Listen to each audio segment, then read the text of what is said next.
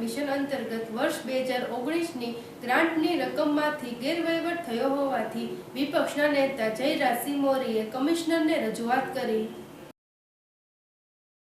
સાહેબ, આપના પરિચય સાથે। જયરાજસિંહ મોરી, વિપક્ષ નેતા, સિહોર નગરપાલિકા। સિહોર નગરપાલિકામાં ગુજરાત મ્યુનિસિપલ ફાઇનાન્શિયલ બોર્ડ દ્વારા સ્વચ્છ ભારત મિશન અભિયાન હેઠળ સોલિડ વેસ્ટ મેનેજમેન્ટ અને એને લગતી વિવિધ કામગીરી માટે થઈને વર્ષ 2019માં સિહોર નગરપાલિકા માટે રૂપિયા આશરે 3,41,00,000 જેટલી માતબાર રકમ આપવામાં આવેલ અને એ પૈકી તારીખ 30/9/2019ના રોજ 1,33,00,000 જેટલી રકમ સિહોર નગરપાલિકાને આપવામાં આવેલ।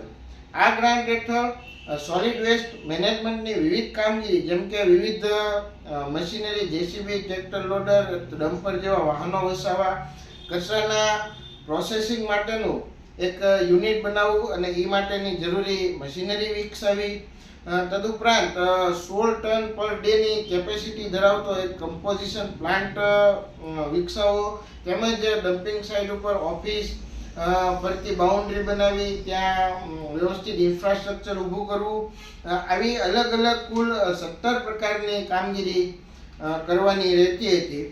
તો આ પૈકી આજ દિન સુધીમાં માત્ર એક જેસીબી મશીન અને એ સિવાય એક શ્રેડર મશીન અને એક બેલિંગ મશીન, માત્ર 3 મશીન વિકસાવવામાં આવ્યા છે। એ સિવાયનું આમાં એક પણ કામ આજ દિન સુધી કરવામાં આવ્યું નથી।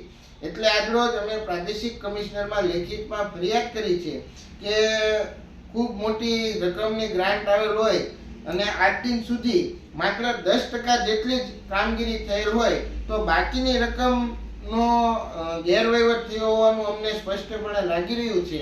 એટલે પ્રાદેશિક કમિશનરમાં આજરોજ લેખિતમાં રજૂઆત કરી છે કે આ અંગે યોગ્ય તપાસ કરવામાં આવે અને જે કાંઈ પણ આમાં ગેરરીતિ આચરવામાં આવ્યું હોય તો એમાં યોગ્ય જવાબદારી નક્કી કરીને જવાબદાર વિરુદ્ધ કડકમાં કડક શિક્ષાત્મક કાર્યવાહી કરવામાં આવે એવી અમે લેખિતમાં માગણી કરી છે।